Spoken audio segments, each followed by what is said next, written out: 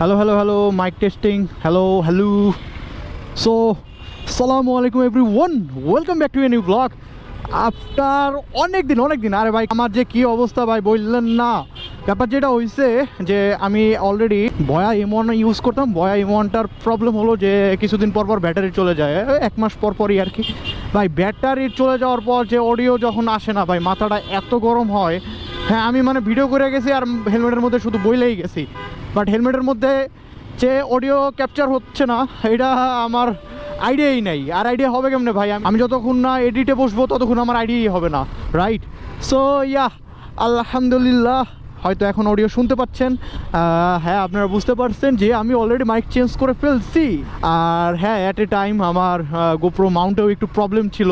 তো এটা খুবই রিস্কি, যে মানে মুভমেন্টে আর কি যে কোনো সময় ভেঙে পড়ে যেতে পারে। আর গোপ্রো পড়লে তো ডিউরেবিলিটি ভালো, আই নো, বাট তাও স্টিল হ্যাঁ, কোনো চাক্কার নিচে পড়লে ভাই আপনার ডিউরেবিলিটি যতই ভালো হোক, মানে আপনি কোনো মতেই গোপ্রো ঠিক করে রাখতে পারবেন না। এরকম যদি কোনো একটা ট্রাকের নিচে পড়ে যেটা মানে রড ক্যারি করা বা অন্যান্য ভারী জিনিসগুলো ক্যারি করা, সো জাস্ট থিঙ্ক কী হবে। সো হ্যাঁ, আমি আমার মাউন্টও চেঞ্জ করে ফেলছি আর এখন যাচ্ছি আমরা মিরপুরে। আর মিরপুরে কেন যাচ্ছি আপনাদের কাছে লুকিয়ে লাভ নাই, আর লুকানোর জিনিসও নয়। আমি আমার বাইকে কালার করবো, রাইট? সো আমি মোটামুটি টাকা ম্যানেজ করছি, আমার কাছে হিউজ পরিমাণে টাকা নাই। मस्त जोक मारा रे ये हंस रे हलकट हंस মোটামুটি টাকা হাতে রাখছি যাতে কোনো একটা কিছু করতে পারি। আর অ্যাজ এ ব্যাচেলর স্টুডেন্ট এই হিসাবে বুঝতেই পারছেন যে আমার বাইকের কালার মডিফিকেশন কেমন হবে। বাট লেট মি নো যে আমি কেমন ধরনের মডিফিকেশন করতে পারি। আমার কালারটা করার পর আর কি স্টিকার মডিফাই করব। আপনারা চাইলে কিছুটা আইডিয়া দিতে পারেন। হ্যাঁ, আমি অবশ্যই আপনাদের কমেন্টগুলো পড়বো, যদিও কেউ কমেন্ট করবে না, আই নো, কারণ আমার চ্যানেল অলরেডি অনেকটা ডাউন হয়ে গেছে। হ্যাঁ, আমি ভিডিও দিতেই পারি না, আর ভিডিও দিব কেমনে? আমি বের হই না, এইদিকে মাইকের চার্জ থাকে না। সো সব মিলিয়ে আমি পুরো বাস খাচ্ছি। আচ্ছা যাই হোক, সো বয়েস অনেক দিন পর লাস্ট হতো আমার ভয়েস কবে শুনছেন? ও হ্যাঁ, মনে পড়ছে, আমরা যখন ওই যে গ্রুপ রাইড দিয়েছিলাম একটা, ওইটা হলো 300 ফিটের ছিল, রাইট? তো ওইটাতে হলো বয়ার সাউন্ড শুনছেন, আর এখন শুনছেন নতুন মাইকের সাউন্ড। আর অবশ্যই কমেন্ট করে জানাবেন যে সাউন্ডটা কেমন। আমার খুবই মানে জিরো আইডিয়া মাইক সম্পর্কে। ভালো লাগলে অবশ্যই আমি এই মাইকটা রেখে দিব, আর খারাপ লাগলেও রেখে দিব, কারণ আমি আবার নতুন মাইক কেনার মতো আমার টাকা নাই, কিছু করার নাই। বাট আপনারা কমেন্ট করে জানাতে পারেন, রাইট? আমি কি আজকে বহুত পক করতেছি, অনেক মানে লাইক সিরিয়াসলি অনেকদিন পর যে মুখ খুলছি ভাই। কি হয়েছে মাম্মা? মাম্মা এই মামা পাখা লাগাও, উড়াল দিতে হইলে পাখা লাগাও। মামাই কইতাছে যে উড়াল দিমু নাকি? আমার যাইতে কইতাছে, কই আমি উড়াল দিমু? এর মধ্যে ঢাকায় কত কিছুই না হয়ে গেল। হ্যাঁ, এই যে মেট্রো হয়ে গেল, তারপরে এই যে এত সুন্দর রোড। মিরপুরবাসী তো ভাই পুরা চিলে আছে, মানে জাস্ট আপনারা চিন্তা করেন যে মিরপুরে কি নাই, এত সুন্দর রোড। ইভেন মানে রোডে বেশি একটা রিক্সা চলাচল করে না। কিরে কাশি উঠছে নাকি? জ্বর হয়েছে নাকি? হ্যাঁ, অ্যাম্বুলেন্সের। আল্লাহ, আজকে প্রচুর পক করতেছি রে ভাই। মিরপুরবাসীর কথা বলতেছিলাম। ও হ্যাঁ, আমি ভুলে যাচ্ছি কেন। আচ্ছা, মিরপুরবাসীর দেখছেন, মানে জাস্ট চিন্তা করেন, উপরে মেট্রো, নিচে এত সুন্দর রোড, আবার রোডও এত খালি থাকে, জাস্ট এই যে এরকম কিছু সিগন্যালে জ্যাম পড়ে। আর বনানীতেও জ্যাম অনেকটা কমে গেছে যদিও, বাট রামপুরা রোড, ও শেট, আমি জাস্ট চিন্তা করলে আমার বিরক্ত লাগে, মানে এত পরিমাণ বিরক্তকর একটা রোড। হ্যাঁ, তো যাই হোক, আজকে অলরেডি একটা পুলিশের মামলা খাইছি এই জ্যামের কারণে।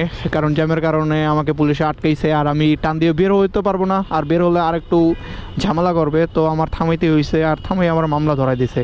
আমার মামলাটা ছিল হলো আমি ফগলাইট লাগাইছি, বাট আমার ফগলাইট জ্বালানোও ছিল না। মানে আমার কাগজপত্র সব ঠিক, বাট ফগলাইটের কারণে মামলাটা দিছে। আর তাদের কথা হলো যে মডিফিকেশন করাইলো নাকি মামলা আছে। ভাই আপনারা একটু জাস্ট কমেন্টে জানান তো যে মডিফিকেশন করলে কি আসলেই মামলা আছে? আমি আমার বাইকে যা করি ভাই, আপনার মিরর চাইতেছেন, আমি মিরর দিছি, যদিও এটা আনফোল্ডেড। আপনি যা চাইতেছেন আমি দিচ্ছি। আচ্ছা ঠিক আছে, আমি মানলাম যে ফগলাইটে একটা প্রবলেম হতে পারে, যে উপরের দিকে মানে লাইট চলে যেতে পারে। বাট আপনারা জাস্ট চিন্তা করেন যে আমাদের বরিশালের রোডে যারা আছেন, হ্যাঁ, এই যে অপোজিট ডাইরেকশন থেকে যে বাসগুলো আসে, হ্যাঁ, ও আর বা ট্রাক, ভাই পুরো দিন বানাইয়া যায়। আর আমরা হেলমেট পরে থাকি, আমরা চোখে তো সরিষা ফুল দেখাই দেওয়া যায়, মানে আমি কিচ্ছু দেখি না, রিটেলি কিচ্ছু দেখা যায় না যখন একটা গাড়ি আমার সামনে থেকে পাস হয়। এত পরিমাণ আলো থাকে ভাই। আর এখানে আমরা একটু জাস্ট আমার ফগ লাইটে কতই আলো হইতে পারে ভাই, জাস্ট এতটুকু লাইটের জন্য আমারে মামলা ধরাই দিছে, অথচ আমি জীবনে দেখলাম না কোনো ট্রাকওয়ালা বাসওয়ালারে মামলা দিছে। হ্যাঁ, ইটস নট লজিক্যাল, রাইট? যে এখানে ট্রাক আলাদের মামলা না দিয়ে আমাদের মামলা দেয়, যদিও আমাদের লাইটটা নিচের দিকে ফোকাস করা, উপরে না। তো বয়স আমি জানি না, বাট আমি এখন রিয়েলাইজ করতে পারছি যে আমার মাইকটা আমার মুখের খুবই কাছে। হয়তো আপনারা ডিস্টরশন ফিল করতে পারছেন, কিছু করার নাই। আমি যতক্ষণ না এডিট করতে বসবো বা না শুনবো অডিওটা, ততক্ষণ আমি আমার মাইকের পজিশন মানে ঘুরাতে পারতাছি না। হ্যাঁ, তো এখানে একটু ক্ষমা সুন্দর দৃষ্টিতে দেখবেন, জাস্ট অন্য দৃষ্টিতে না দেখেন ভাই। আমি একটা ছেলে মানুষ, হ্যাঁ, দুষ্টু আমি করবেন না। এমনি ঢাকা বাংলাদেশে যে পরিমাণ ওই জিনিসটা বাড়তেছে, বুঝতেছেন তো কোনটা মিন করতেছি। जिनको ये जोक नहीं समझा ना जाके पोगो देखो तुम लोग। हाँ, অনেক দিন পর বের হলাম আর এদিকে আসলাম, টিকটক রোড বলতাম আগে আমরা এটাকে।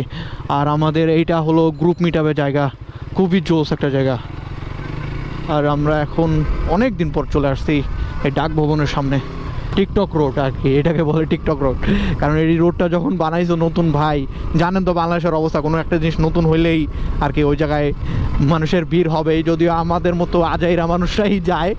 আমিও যখন মানে, যদিও আমি টু বি অনেস্ট, আমি 300 ফিট যেহেতু আমাদের বাসার পাশে, ওটা মাঝে মধ্যে যাওয়া পড়ে। হ্যাঁ, তো এখন আমারে ভাই দেখলে মনে করেন না যে আমিও আজাইরা লোক ভাই, আই সোয়ার আমি এরকম আজাইরা লোক না, বাট মাঝে মাঝে একটু হলো মানে একটু মানে বুঝেন তো ভাই, মানে একজন স্পিড এনথুজিয়াস্ট লোক যদি বাসায় আটকায় রাখেন তাহলে কি ওরা শান্ত থাকবে? অবভিয়াসলি না। এই জায়গায় এইটাই হয়েছে, আমার মাঝে মধ্যে প্যারা উঠে যায়। হ্যাঁ, আমি আজকে প্রচুর পেঁচাল পড়তেছি না, তাই না? হ্যাঁ, কিছুদিন পর ডেইলি ব্লগ করবো রানা ভাইয়ের মতো, মানে যা দেখবো ওইটাই কন্টেন্ট মামা। ভাই সিরিয়াসলি আমি এমন না, রিটেলি আমি এমন না, আমি খুবই ফর্মাল, বাট আজকে খুবই ক্যাজুয়াল হয়ে যাইতেছি। ওকে, আমি অলরেডি 60 ফিট চলে আসছি 60 ফিটে। তো 60 ফিট বললে জিনিসটা কেমন যেন অকওয়ার্ড লাগে, 60 ফিটই বলবো আমরা। সো 60 ফিটে সস্তা একটা কালার দোকানে যাব, যেখানে খুবই কম মূল্যে আর কি আমার কালারটা করে দিবে।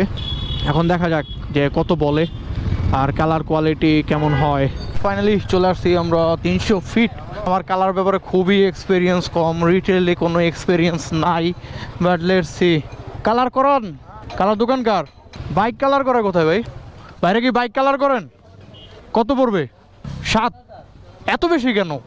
রিম তো সব মিলে করবেন না আপনি, এখানে একটু ছাড় দিবেন না? সো এখানে বলতেছে কালার নাকি 7,000-এর মতো পড়বে আর কি মোটামুটি। সো আমি এখান থেকে এয়ার ফিল্টার কিনে নিছি। আমার যে আফটার মার্কেট এয়ার ফিল্টার আছে ওটা একটু প্যারা দিচ্ছে, কারণ আমার আলাদা এটার জন্য কিট কিনতে হবে, আদারওয়াইজ আমি আমার আফটার মার্কেটটা পরিষ্কার করতে পারবো না। সো আমি স্টকই নিলাম, আর স্টকের দাম এখান থেকে পড়ছে 750 টাকা। আচ্ছা বয়েস, কালারের ব্যাপার যেটা হয়েছে রিসার্চ করা লাগবে, আর আমি যার কাছ থেকে কালার করাবো তার অলরেডি নাম্বার নিয়ে আসছি। তো তার সাথে আজকে রাত্রে বা কালকে সকালের মধ্যে কথা বলতে হবে, আর কথা বলে আর কি বাইকটা নিয়ে আসতে হবে। লাস্টে যে কালারের দোকানটা দেখলাম ওখানে একটু মনে হয় একটু বেশিই চাচ্ছে, তো দেখা যাক। আমার ওরকম কালারের ব্যাপারটা আইডিয়া নাই, প্লাস আমি আরেকটা কালার করাইতে চাইছি, বাট ওইটা আমার বাজেটের বাইরে। আমার ব্যাচেলর বাজেট বুঝেন তো যে কত আর হবে বাজেট, সব মিলিয়ে আর কি আজকে দিনে কিচ্ছুই হলো না। ওই ভাইয়ের আর কি নাম্বারটা নিয়ে আসতে পারছি, এটাই আর কি হইলো। দেন আমার ডেট আছে, অবভিয়াসলি ইউ নো মি, মেরা পাগল, আই মিন আমার বাইকের সাথে আমার ডেট আছে। সো ওই সময় ওই মেয়েটা আমাকে তাকাই রয়েছে, ও তো জানে না যে আমার অলরেডি গার্লফ্রেন্ড আছে। Here is my girlfriend, right? Yep. So yeah, that's it for today. See you in the next one. Piece.